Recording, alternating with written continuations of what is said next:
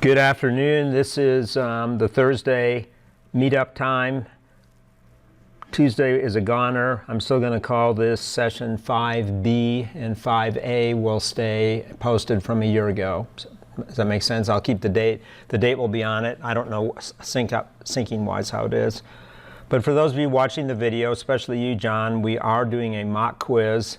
I was busy with the interviews we were doing today for the faculty position I'm chair of, but I'll get you the quiz later, or you'll be able to, well, the video won't go up till tomorrow morning anyway, so I'll get you the quiz tonight probably, so you already have it when you see this. So I'm going to switch over to that, but before I leave this, I'll just say that, yeah, I've got quiz 3 to give back to you. I posted the set number for hints, and we're going to talk about that today. The more and more I think about it, I think you'll be able to turn it in tomorrow. I'd like to have you just get it off your chest, because it's not, the two problems I'm giving you are actually pretty easy, and if you've read my notes already, you'll see that they're both computer-based and actually kind of fun to do. So on to this quiz. This quiz has got Fourier transform, and then power spectral density / autocorrelation, spelled incorrectly though. There's an extra N on there for whatever reason. So if you would be working this, I guess I'm going to ask the audience. And by the way, if you don't know the official name for this, it's called active learning. Have you ever heard that term before? That's what it's called. Just learning. Yeah. The professionals at this, though, call this active learning. I went to a conference once for IEEE signal processing, and we had a breakout session where we had professional active learning trainers taking us through the different forms of active learning. And I'm not being as mean as it could be, but the meanness can be, I just point to somebody and say, come and tell me.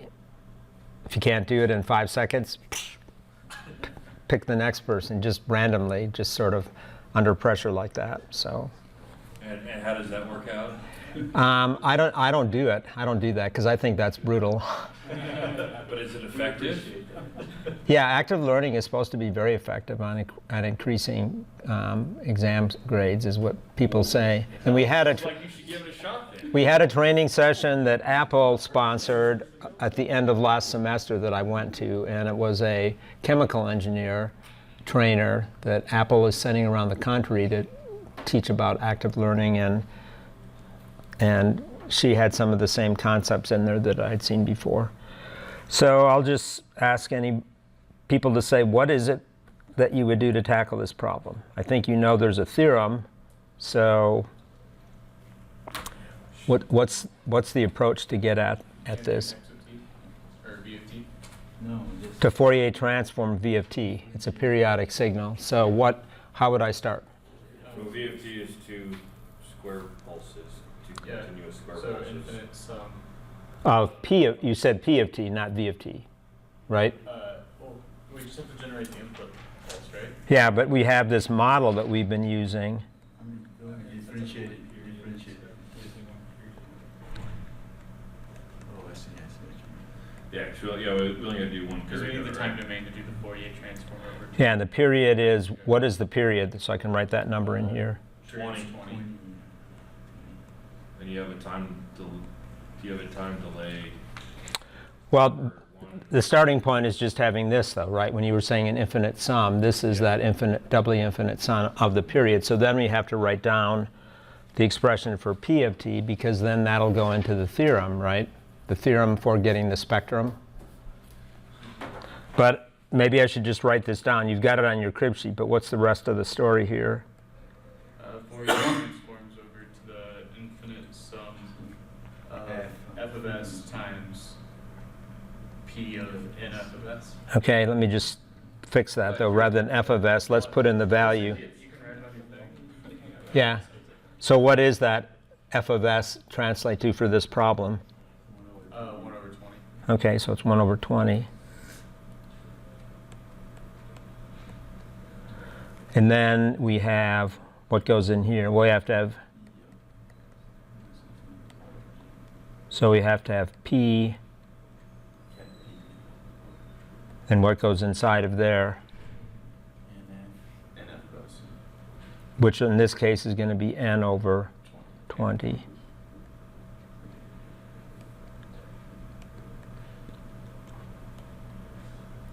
It's not 20 though, it's got that wrong. So I did that wrong. What do I have to put in here? It has to be the harmonics, which is the fundamental frequency is 1 over the period, right? Just 20. and So it's going to be n over 20. But for the capital P, I mean the Fourier transform, I guess if you put f in there instead of n over 20, it's still the same because of the delta function, right? Yes, because it will only sample it at those values that are multiples of n over 20. But now we need to find what that P of f is. And we can wing it by just saying, I can see by inspection what it's going to be, or you could be more rigorous about this and say that if this is one period in here, what is P of t then? 2 pulse functions. So it's 2 rectangular pulse functions, so what are the descriptions of them? In frequency domain or time domain? Well, let's just write in the time domain to make sure we have all the details here that we're looking for. 2 times pi, or 2 times the pi function of t over 1. There has to be an offset in there though, right? You got a minus a half. Over 1, yeah, P plus 1 So it's t plus 1. plus 1/2 Yeah. over its base width is 1, so it's 1. Yeah. And then the second one is the other one. And -2. And your sign's got to change. Yeah, I have the sign change in there, right? I have the minus sign in there. So now I can just go ahead and write this out from the Fourier transform for the rectangle. And then also what theorem is used here to take into account? Delay theorem. The time delay theorem, yeah. So it's 2 times 1, because tau is 1, sinc f times 1, so it's just f. And then the time delay theorem, You For the got first pi term. Times e to the negative. well, let's do the other one first, the one that was the positive sign. So that's the one that shifted to the left, so that has got an e to the plus j, right? Yeah, e to the plus j pi f. 2 pi times f times 1/2, right?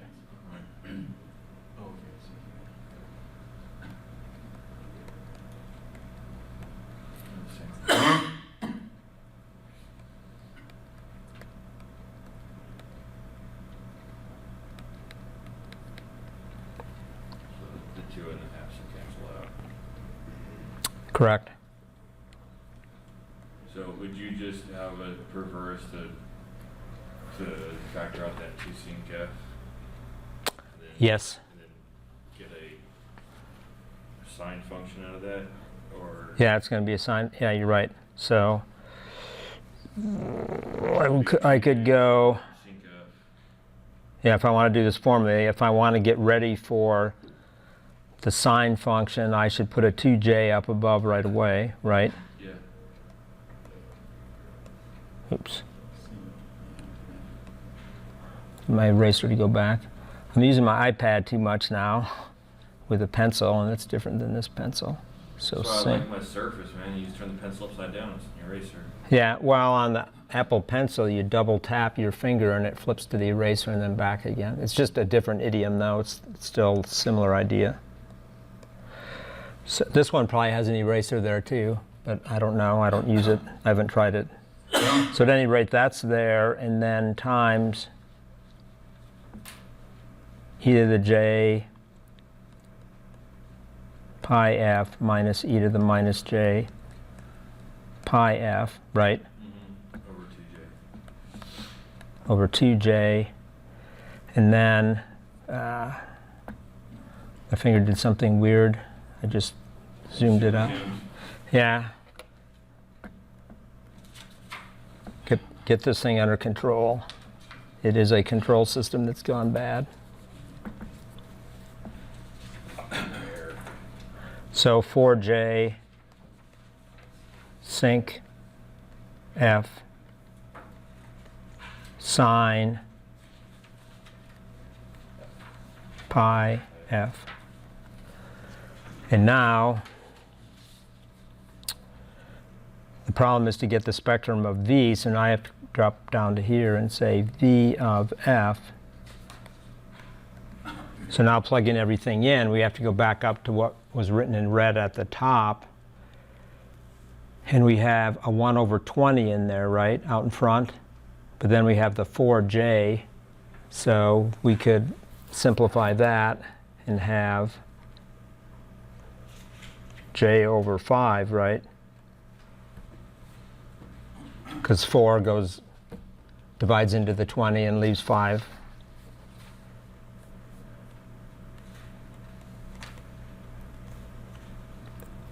And now we make the substitutions in for F, namely it's n over 20. So there's going to be a sync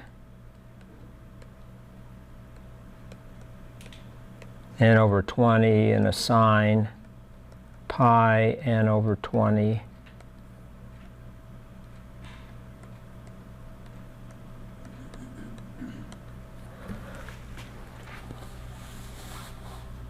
Agree or disagree? I think it's right myself.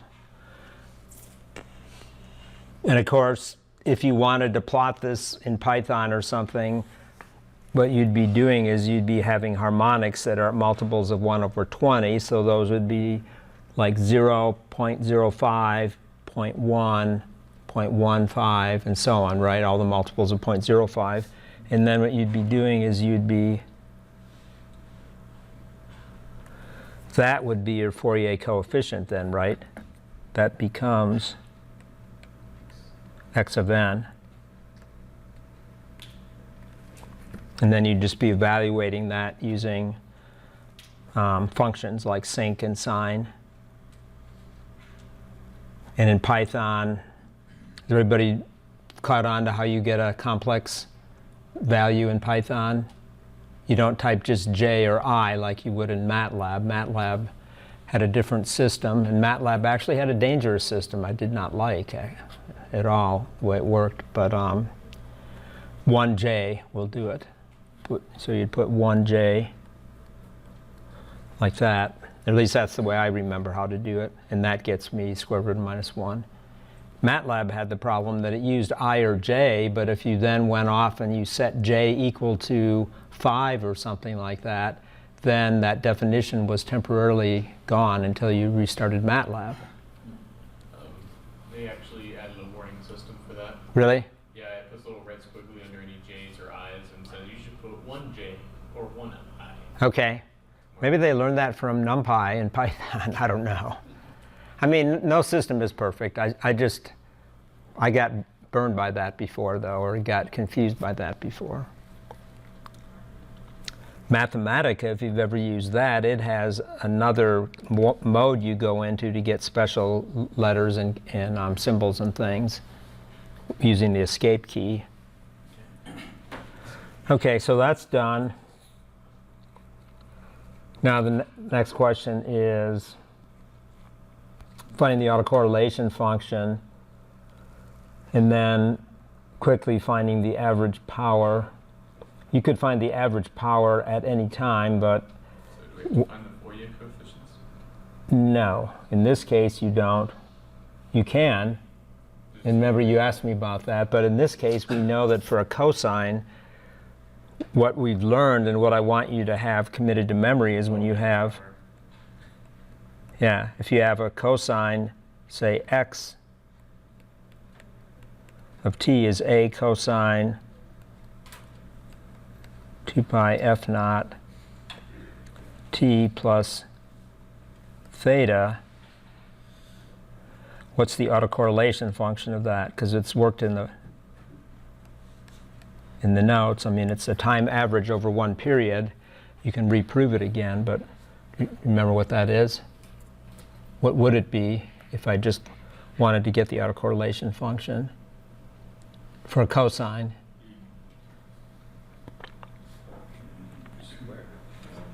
On the cheat sheet. Well, you don't have to have it on your cheat sheet, I don't think, but a squared over 2 That's not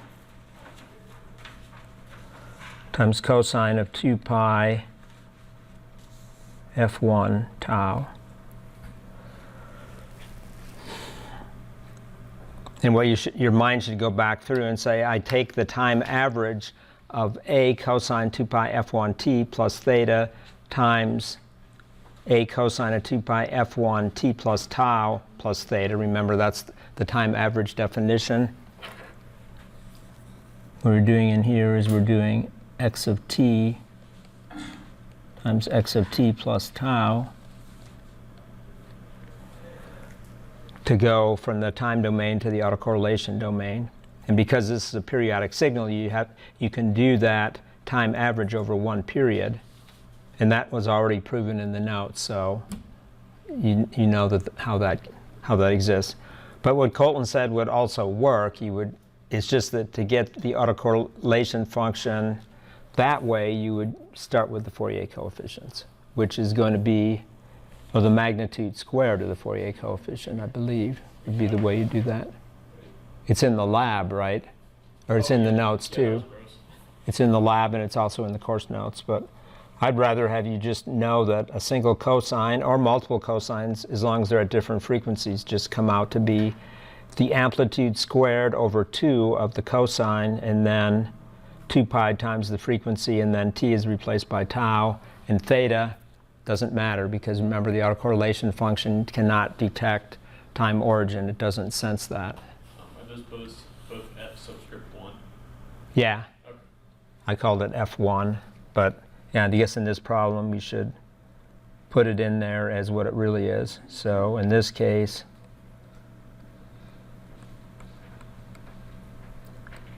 it's 5, right?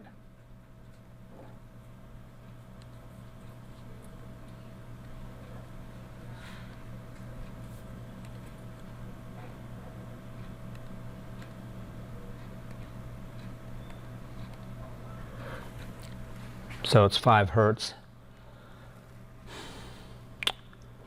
So what that gets the autocorrelation function, and then the average power. Well, sorry, I'm not quite done yet. I didn't get the other term in there.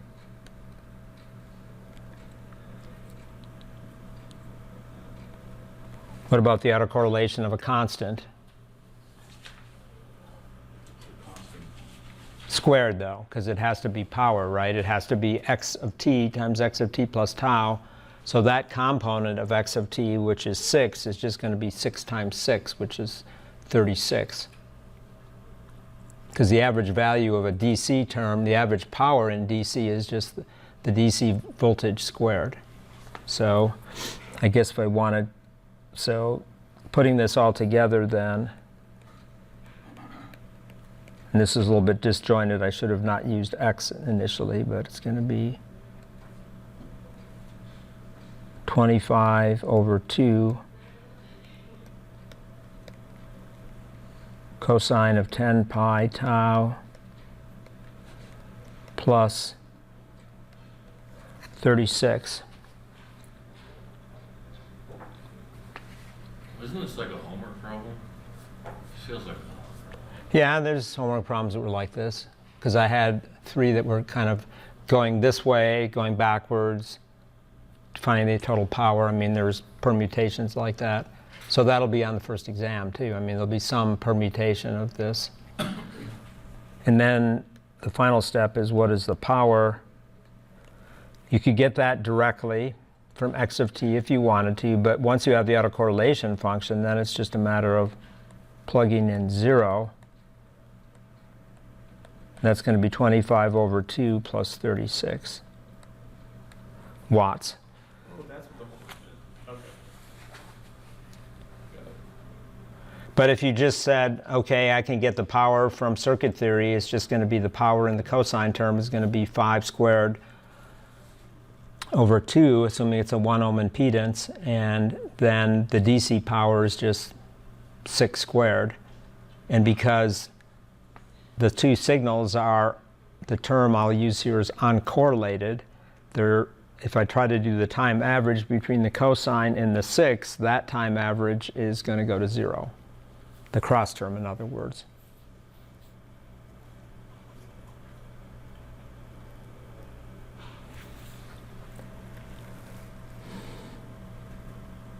That's not what I wanted.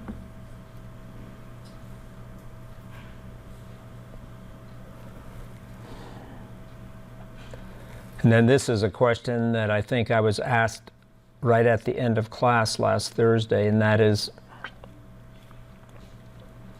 how do you get a continuous spectrum? Well, actually, we don't have a means of doing that in this class formally because we're not studying random signals, but the only signal that can give us an aperiodic autocorrelation function is a random signal.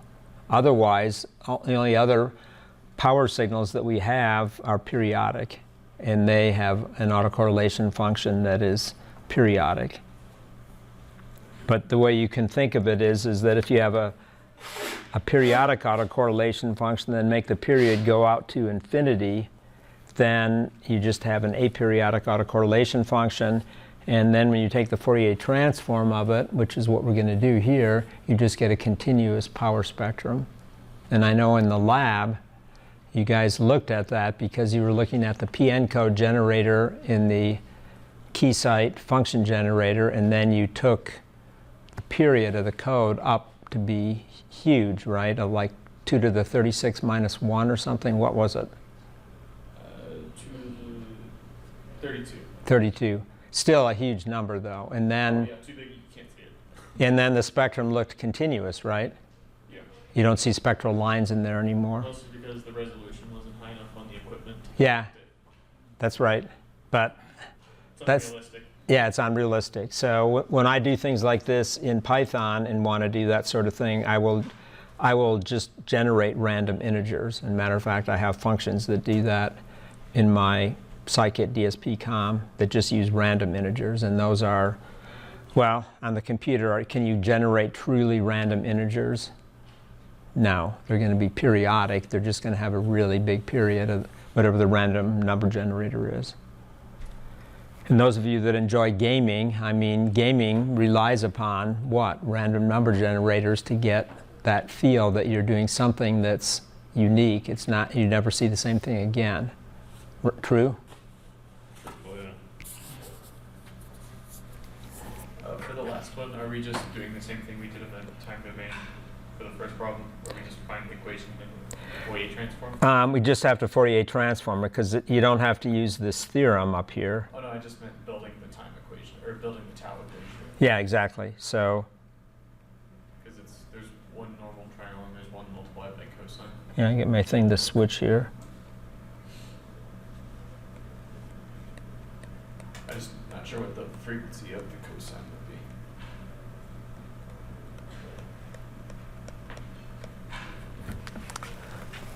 So this is just going to involve 3 triangles, right? Oh, 3 individual? I thought the other 2 could just be counted as 1 multiplied by cosine. Well, how do you see it? Does anybody want to offer an opinion on how they would approach this? Well, couldn't be periodic because of signal, right? Random signal, right? Yeah, it's random, and so it's aperiodic, but how do you take the Fourier transform of this aperiodic autocorrelation function? Sometimes, like in the homework and what you did in the lab, you might have a combination, so you might view it as one big triangle and subtract something else from it, but I don't really see something convenient working in this domain.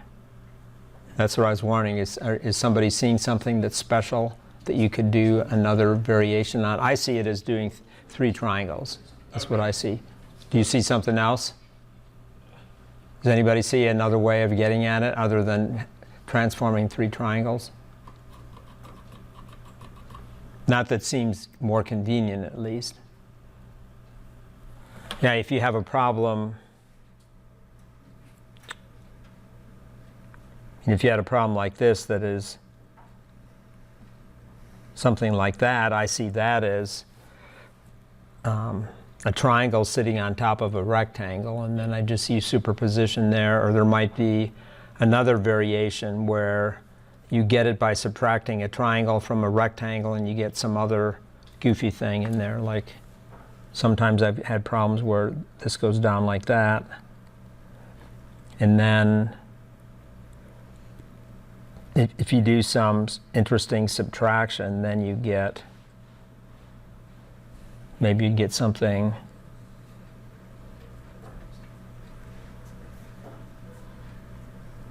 I don't think this is the right thing, but you might be able to represent that as a triangle and a rectangle rather than a triangle and two right triangles, right? Because this looks inconvenient to have right triangles because we don't have a convenient Fourier transform for that.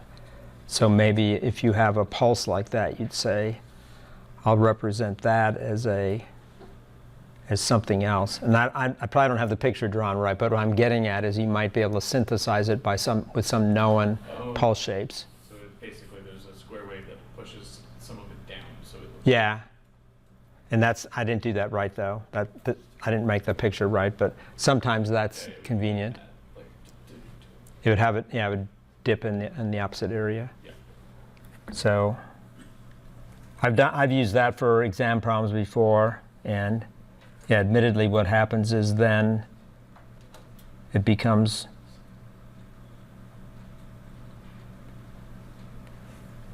hard to see what's going on.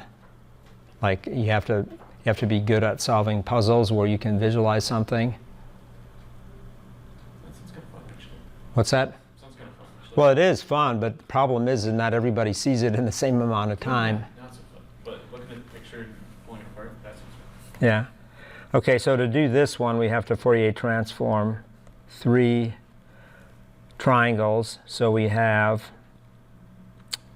I'm just going to do them in order. So the one that's to the furthest left has got a -1 in front of it. So it's going to be a t plus, the way I've got it drawn here, it's going to be a t plus 2, right? So the center is 2 minus 2? Yeah. Okay. And then the full base width is 3. So in terms of the way the triangle works, the full base width is twice the value of tau, right? So if the base is, no, wait a minute, it is 2, never mind. -1, 2, 2. So it's 2, so it's going to be 1, right? Okay, so top triangles is Is that correct? Yeah, I just got it backwards from how we do square waves. Yeah, well, Tiles double. that's right. Okay, so 2 times another triangle. This one's centered at 0. So, yeah, I also messed this up. And just get rid of that and put tau in there. So this is tau, and then the full width there is 2 again. So the tau value is actually still 1. And then finally minus tau minus 2 over 1.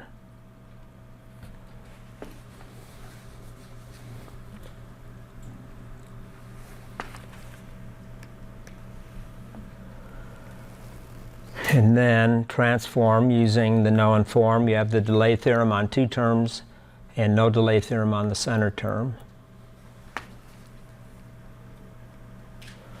So what do we have for the first triangle? We have a sinc what? Triangle transforms to a sinc squared, right? So sinc squared, and it's going to be just f, because tau is 1, and then we have to put the delay theorem in there, e to the j 2 pi times f times 2 second term Same basic shape, it's just not skewed at all, so sinc squared f. And then the third term is going to be the minus sinc squared f e to the minus j 2 pi times f times 2. And then this time, because we have minus signs on both of the time delay theorem formulas, now we're going to get what trig function can be created, sine or cosine? Cosine. Now, you can actually cross-check your brain on this one. A power spectral, well, first off, this function is symmetric. It's even in tau. And a power spectrum has to also be non-negative, but putting this all together, it's got to be purely real. So the spectrum has got to be purely real of a signal, the power spectrum, that is. So at any rate, this will come together as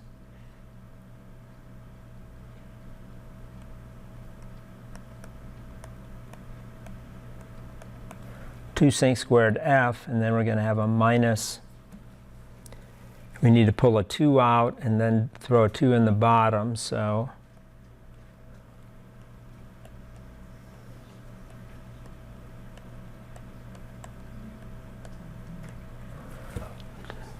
times cosine, right? Cosine of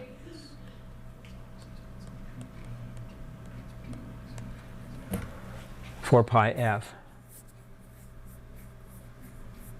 Then I could factor sinc squared out of there still further, but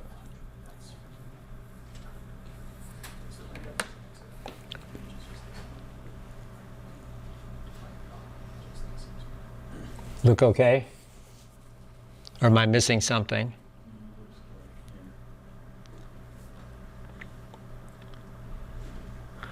One of the things that I could look at on here to see if it's legit or not is the power spectral density has to be non-negative. So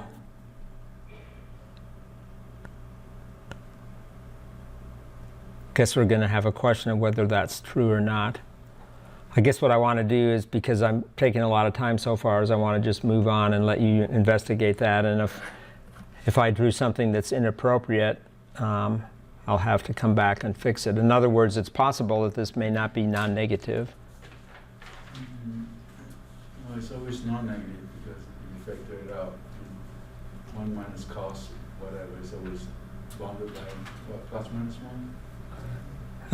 Well, I'm thinking of is that's related to sine squared, though, right? True? Yeah, I did the big middle triangle wrong because I thought that the minus 2 and plus 2 were the edges of the middle triangle, not the ones.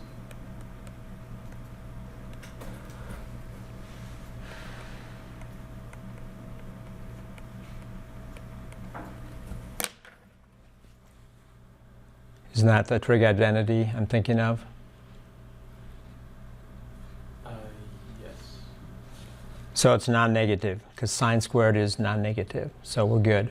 We're good to go. So it is a valid autocorrelation function because the power spectrum is non-negative, because that's one of the properties to be a power spectrum. And there were some homework problems. There was one homework problem on the book that gave you a list of possibilities for autocorrelation functions, and the problem said, which of these functions are valid autocorrelation functions? And what you had to do was go take the Fourier transform and then see if it's non-negative. So, okay, onwards at this point. You need to do more of this, of Really? So you're an active learner type person then? course. Okay. Yeah, doing examples is a good idea. Yeah. No, this is great. Okay, well, I'll keep it in mind. You know, one of the biggest things, and when I've gone to these trainings before, people say, I'm going to get so far behind. That's what they worry about. And yeah, I worry about it too. Okay, we're going to go back to where we left off, and this thing shifted from where I left it. So we have to go back into here. The last thing, seriously, that we got done was looking at, for linear time invariant systems, we looked at the convolution sum, or convolution integral, I mean. So we were looking at LTI systems. We looked at what it means to be linear, superposition holds, what it means to be time invariant, meaning that the system is fixed, it doesn't change over time, so there's no time varying coefficients, that sort of thing. And then we developed what's called the superposition integral in the book, which then ends up establishing that you get the output of a linear time invariant system by convolving the input with the impulse response. And of course, to apply the impulse response, you have to use the definition of the impulse response, which is the response of a system at rest to a delta function at the input. So it's a characterization, and it's just very popular characterization to say you characterize it with a delta, but it could be a step, it could be anything that energizes the system to get its signature. And even though I'm not a mechanical engineer, I had to take a lot of mechanical engineering courses. I often think when you're driving your car and you treat your car and its suspension system, which is composed of the three main elements that make up the response of the car to potholes and railroad tracks and stuff like that. There's the mass of the car, there's the spring coefficients with the spring part of the suspension, and then what's the third part? The rod in the center? The damping part, and that's the shock absorbers, right? Or the wheel, like the air pattern? Well, yeah, we could model that, but I'm just supposing the wheel is not flexible like that. But in terms of mechanics, you may have seen the analogy that RL and C circuits are analogous to those three components of mechanical systems. You know, the damper, namely the shock absorber, the spring, the suspension part, either the leaf spring or the coil spring, and then the mass. And an RLC circuit can be what? What are the three modes an RLC circuit can behave as? It can be overdamped, critically damped, and underdamped. So I always think about that when you go through potholes. You can check your suspension system, because a pothole or a bad set of railroad tracks is kind of like hitting your suspension system with an impulse.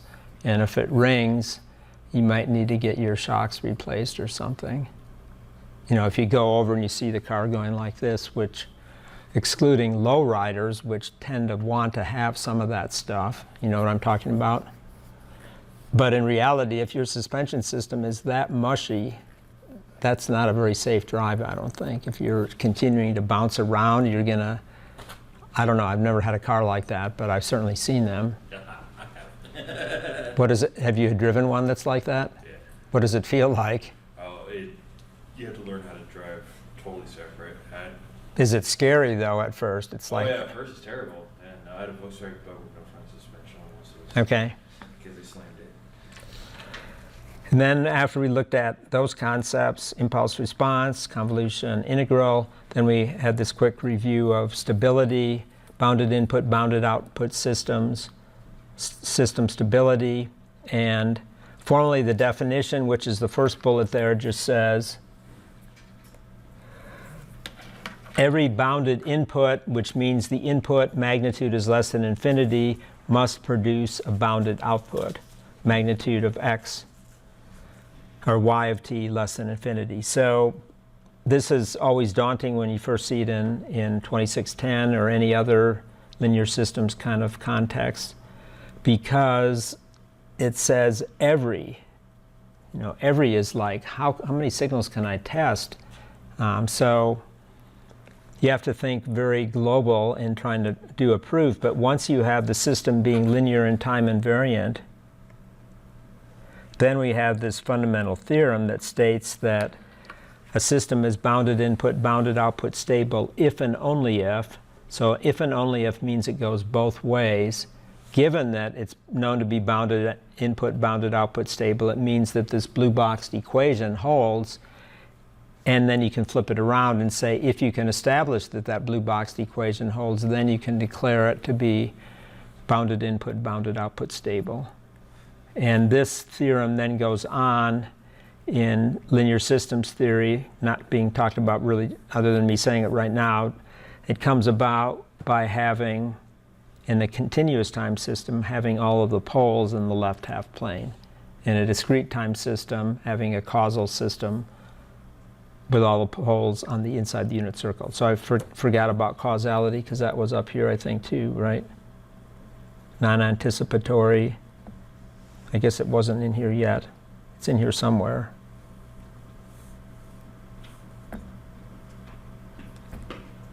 So are you good with that? This theorem, though, is very powerful because you can establish stability just by checking the impulse response. Okay, then we have, because of the convolution theorem, we have a relationship for an input-output system saying that when we Fourier transform both sides of this convolution expression, we get what's known as the transfer function that relates the output to the input in the frequency domain. And of course, it's called the system function when we do it in the S domain, because we also have the convolution theorem in the S domain. And that establishes also that the impulse response and the frequency response are a Fourier transform pair. Yeah, here's the causality part. Relies on only past and present inputs, so it does not anticipate.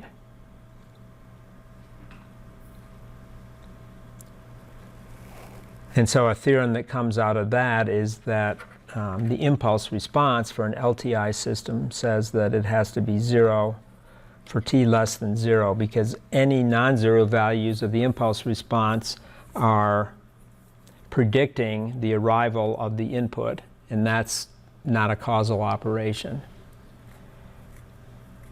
If you're working with stored data, like in an imaging system or something where you're processing an image, you can process the data in a non-causal fashion. But if you're doing things in real time, you cannot do that. You cannot predict the future. And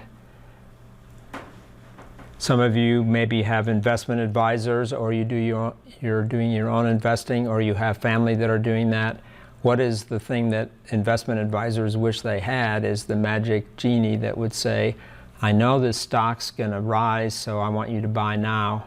Or the stock's going to drop because I'm predicting with my filter, non-causal filter, that it's going to be bad in another week or so. But we can't do that. We don't have the ability to do that.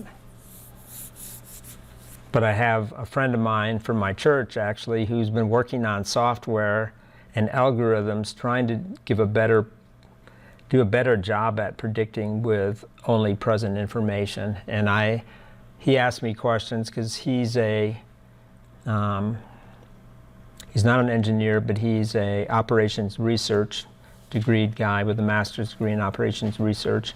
And he asked me questions about filters and things, and I just sort of smile. I'm like, what are you trying to do this for? Because I just don't think you can't predict the future. And he's trying to come up with some novel something or another for his investing. Okay, related to that, though, is the implications that causality forces filter frequency responses to behave in a particular way. And there's a theorem that the book talks about called the Paley-Wiener theorem that says if you have finite energy now, which is what this definition is, this is saying finite energy in the impulse response. It's not really a signal, but it's still the idea that that is the definition of energy.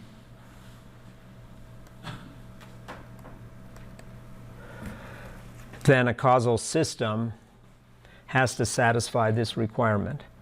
And this requirement just, the math is kind of weird. Where did that theorem come from? But it's saying the absolute value of the natural log of the absolute value of the frequency response divided by 1 plus f squared has to integrate to a value less than infinity. So you can look at this, and first off, it tells you something very important. So this number one statement is, you can't have a finite band of frequencies where a filter passes no signal. Because if you did, then you'd be integrating the natural log of 0, which would be minus infinity, and then the magnitude of that would be plus infinity, right? That would violate this theorem. You can have certain points in the frequency axis that do go to 0, but you can't have an infinite wide stop band where nothing gets through the filter. So you're just the physical limitations are you cannot do that and have a causal filter. And then another aspect of it is the roll-off rate of the filter cannot be too great. So it's constrained to be of polynomial form, is what the book also says. So, and we're used to the idea of polynomials in the denominator when you studied filter responses, or we're doing Bode plots in, what class do you do Bode plots in? Circuits 2. So you know that if you have 2 poles, you will roll off at 40 dB per decade, right? You do them a lot in feedback control. Yeah, of course. And I'm doing them in my phase lock loops class too. And root locus I'm doing in there, or have done already this semester. Not. Those are fun. Well, I don't do it to the same degree you do in the controls class, but at any rate, the polynomial order thing is we just know the roll-off rate is such and such. So practical filters in the analog domain are Butterworth, Chebyshev, elliptical, and then there's digital equivalents to those. So what are some basic math properties are, if impulse response is real, then we know the magnitude response is even in frequency, the phase is odd in frequency. And this is just a carryover from Fourier transform properties that we've already seen. And then we also have some relationships telling us that the energy spectral density or the power spectral density at the output is related to the input spectrum times the magnitude squared. So this one in particular is useful in understanding how the power spectrum modifies. And of course, when you in lab 1, you were characterizing some filters, and what you were doing is you were passing a swept sinusoid into the filter and then measuring using the S parameters of the network analyzer, but effectively you were measuring the magnitude squared, or the power spectrum of the output as you swept the input. What's S sub y of f? Because I know S sub xs of Sx of f is. S sub y of f would be the power spectrum of the output. So you'd have, X input, y output. Got it. Okay. yeah, you'd have x here, y, and we can have rx, sx, then we can have ry, Okay. So and xy, and in here we have h of t and h of f, also have h of s. If it's a LTI system, we'd have those characterizations for it. So this holds for LTI systems. So this little example is classical for electrical engineers. It's like hello world in writing a C program or any other language that maybe does a hello world kind of a program. I look at this as the EE's hello world, right? RC circuit. It's like bread and butter. So if we wanted to go about analyzing this, we have any number of techniques available. The hardest technique would be to try to solve for the impulse response directly by writing out a differential equation. Is anybody up for that challenge? Going back to differential equations? It can be done, but Sure, it can be. so my personal preference is to go to the S domain. So I show a number of different techniques in here. I show frequency domain, differential equation, Fourier transforming, but I personally prefer to just go to the Laplace domain, and then if I want to get the impulse response, I just inverse Laplace transform the h of s, or the system function, directly, and I look it up in the table because I know, I mean, I have it kind of burned in my brain that 1 over s plus a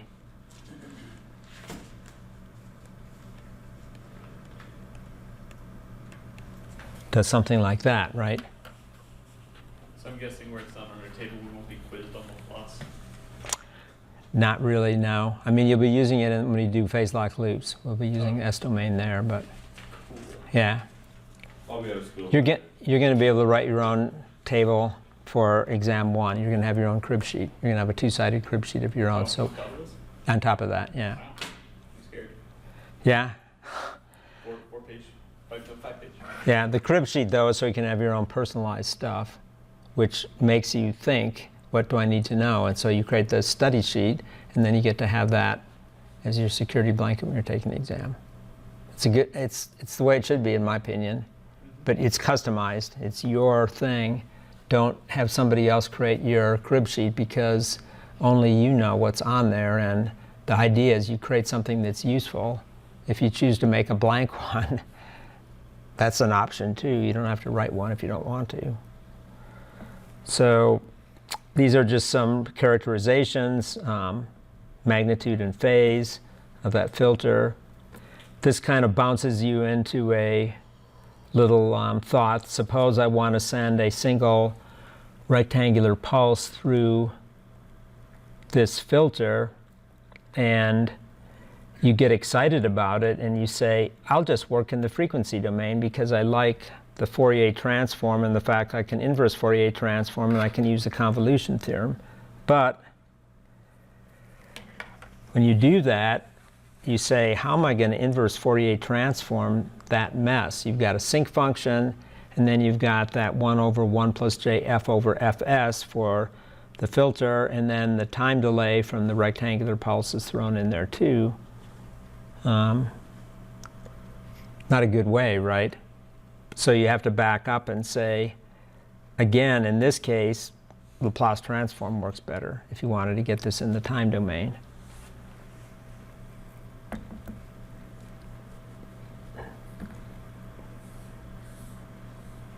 Or if you don't like that idea, you can always just brute force out the convolution. So that's what I did here. This was in Notes Example 218, where I actually convolved a step function with the exponential, and then I could take and form the pulse function by subtracting 2 step functions, one delayed from the other, and that replicates the rectangle. And so you can get the full up response that way. And then you get this time domain response, which you're familiar with, the charging up of the capacitor, and then the discharging as a result of the pulse passing through. And these pictures are in the book. They're just trying to demonstrate how when the time constant gets bigger, the filter has a narrower bandwidth, so it tends to shape the spectrum, actually mutilates the spectrum for that matter. Here, the RC time constant is 1/10 of the pulse width. So the filter response is that green line, and it just makes the side lobes of the sinc function drop off faster in the spectral domain.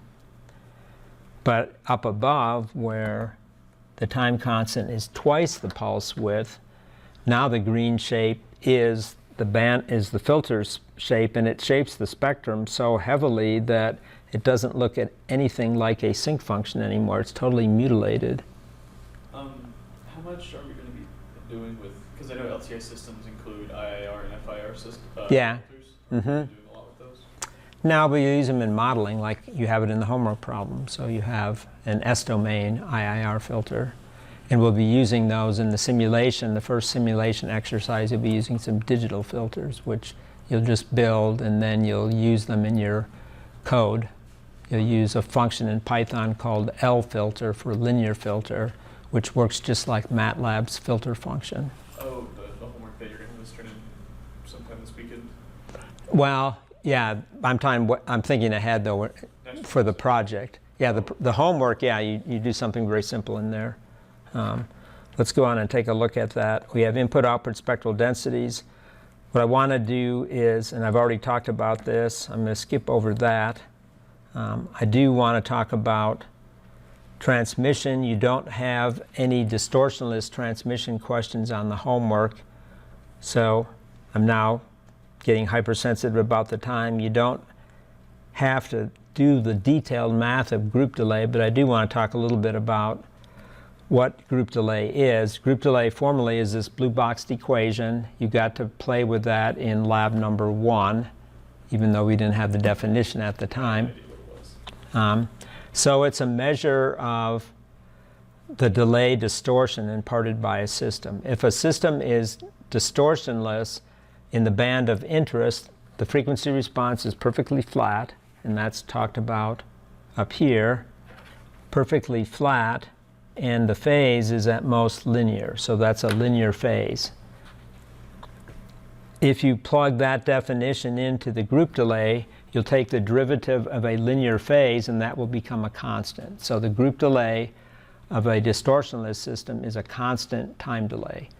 If it's not a constant time delay, which is the case for the filter on the first homework problem you're turning in, then it says there's delay distortion, or there's dispersion, which means that signal components passing through the filter with respect to a band of frequencies fairly narrow means that some frequency components will take longer to get through the filter and others will take less time. So that's called having a group delay, where some group of frequencies will get through at this time delay, and another group of frequencies takes longer or shorter amount of time, and that's a dispersive behavior.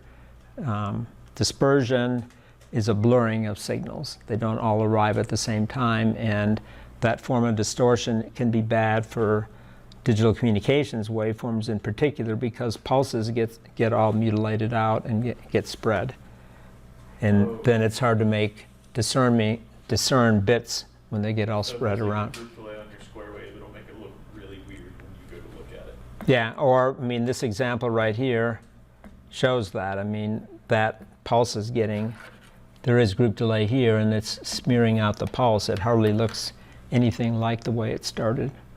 But it can be even worse than that. The pulse spreads into the adjacent pulse. If you're sending a bunch of ones and zeros, you get what's called intersymbol interference. The symbols here are interfering with the next one and the next one, and that's well, you get garbage or you get degraded performance. So you need a higher quality signal to noise ratio. In noise, it will operate poorly. So group delay is -1 over 2 pi times the derivative of the phase. I've kind of walked through in words here what's going on. If you pass a single sinusoid through the system, you never notice the group delay, because that's just one tone. You just look at it at this frequency, it comes out with this phase shift. You don't really say, oh, at that frequency it took 10 microseconds. At a different frequency, you would notice, if you took the time, that it takes, say, 2 microseconds, and you'd say, well, that's delay distortion. But if you put in a group of frequencies all at once, then you see that they get different delays.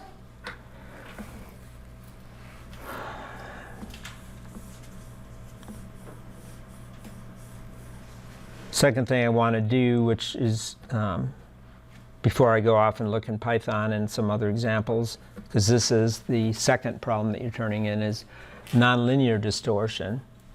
So this is a instantaneous system. In other words, the output comes out as soon as the input arrives, but it's got a power series nonlinearity aspect to it.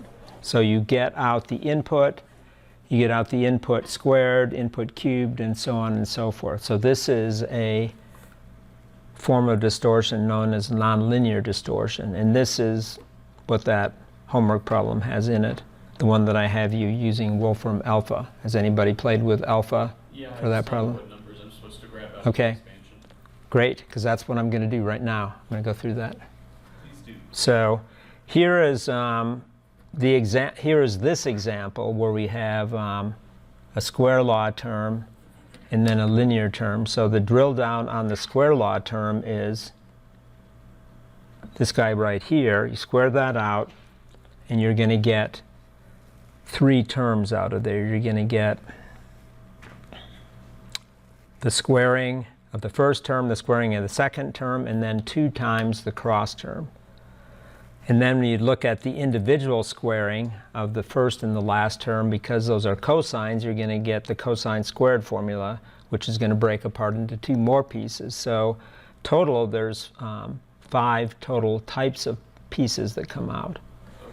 And the math shows that, but the picture, I think the picture is worth at least 1,000 words, right? That's the story. That's great, yeah. So linear amplifier, a nonlinear amplifier in a single tone will just produce harmonic distortion, because we'll get some DC when we square the signal, because that's the conversion we get. We also get the fundamental, and we'll get a second harmonic. When we put two tones into a nonlinear device that has got this square law in the linear term, now we get a collection of stuff out. And in the lab, you started to see some of this when you were working with mixers, probably yesterday. You start to see Oh, yeah. a tiny bit of You're that. Fidgeting cosine wave instead of the clean modulation. Well, you just see that the mixer is a very nonlinear device, but it does good things. You just have to know what to look for. So here is what you're going to do in that homework problem, is you're going to say, okay, these are all the terms that come out due to the linear term and the nonlinear term. So with respect to where we started, we have an F1 and an F2. So we still have, at the output over here, we still have an F1 and an F2. Those are the fundamentals of the input. So what would you call those guys? What are those relative to the, those are harmonics of the input, 2F1, 2F2. If you have a cube law in your problem, which you do, right, then you expect you're going to see third harmonics, cube law terms. So what about these other terms, though? This one and this one are sums and differences of the two inputs, and they're called intermodulation terms, IM terms. And that's what it's asking us to find. Yeah, so when you have the cube law, though, it works out to generally be m times n times f1, m times f2, and then you'll have n times f1 plus and minus m times f2. If you have two tones going in, you get out harmonics of the input tones. I'm just using n and m to be integers, positive integers. So you get our harmonics of the inputs, and then the intermod terms are multiples of input tone 1 added and subtracted from input tone 2. So you categorize them according to harmonics and intermod terms. And I'm assuming sometime next week we'll have a quiz over this homework. Probably, yeah, this type of thing. But the intermod thing is kind of best done with a computer, because the computer can do all that expanding for Is you. there specific problems we should go study? Well, Or do you not? right now I'm not going to do a quiz on Tuesday, so I'll give you some thumbs up. We just wiped out a week due to the snow. I'm not going to shift the quiz time. So has everybody looked at the hints that I gave you with the Wolfram? Yeah. I don't want to really spend much time on that. So should I go look at it here, or has everybody looked at it? When you do the Wolfram alpha thing, it gives you all these different forms of the expansion. So you have to go look at it and say which is the one that's useful for solving this problem. And there's the form that has things in forms of the harmonics and the intermod terms, and that's how you can identify what terms are present. Did everybody notice that in my hints page? It's pretty cool, actually, because I'm not good at wading through all the trig identities, but let the computer do it, and it gives you the answer. If you go into this for a profession in RF systems design, there's tools out there that deliver all those intermod and harmonic terms. You just give it 3 sinusoids, and it will blow that up into all those other intermod terms. So third order intermods in particular are bad for you. And the reason why I say that is if F1 and F2 are kind of close to each other, then you take a third order intermod, which is when you have 2 times one frequency and 1 times another frequency. Now it can land very close to one of your 2 frequencies. So suppose you had 10 megahertz and 12 megahertz, right? If you had 2 times 10 and then plus or minus 1 times 12, that's going to be 20 minus 12, so that's going to land you at 8, pretty close to 10 or 12.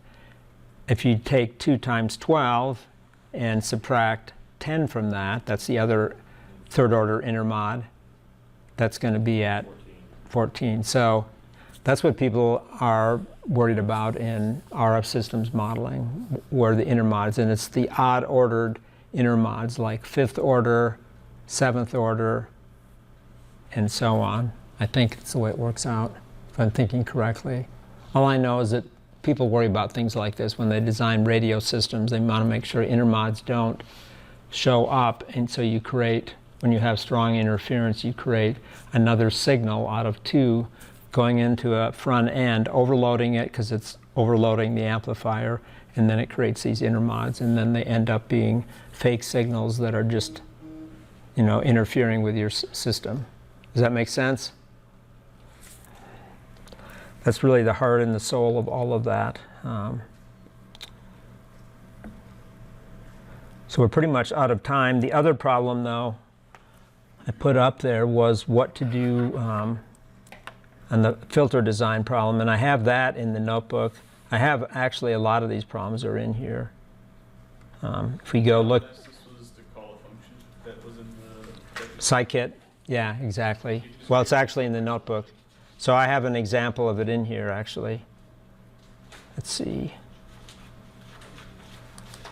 Another problem that I didn't ask you to turn in is worked out in here, the spectral containment problem. I did assign it, but you can just look at this. This is an interesting one where you do the numerical integration and you get the containment bandwidth, which is kind of interesting for a pulse. Then the other one was some filters, so I'll just take this filter. This was a second order Butterworth low pass. So I'm using scipy.signal to do this one. I'm not using my functions for this one. I'm using scipy.signal. This is very similar to what you're doing in that problem, and I gave you an example in the hints pages. And then I'm plotting the gain in dB, and then I'm plotting the group delay.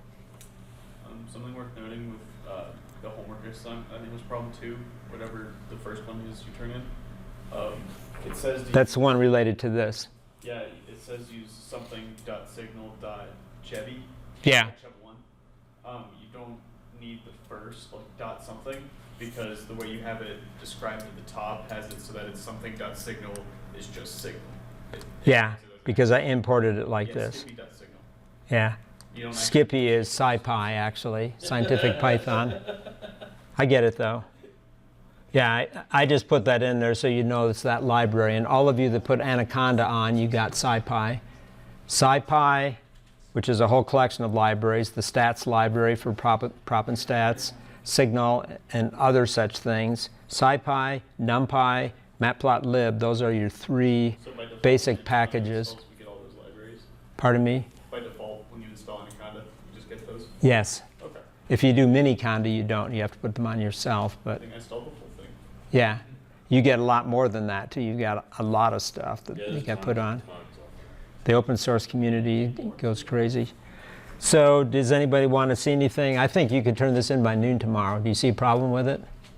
Just get it out of your hair. Personal issues with that, if I get in the day You on just Friday. Oh, yeah. Okay, that's fine, I too. just, I'm going to be doing interviews, and I'm going to be locked up until at least 4:30 with the interviews. Tomorrow.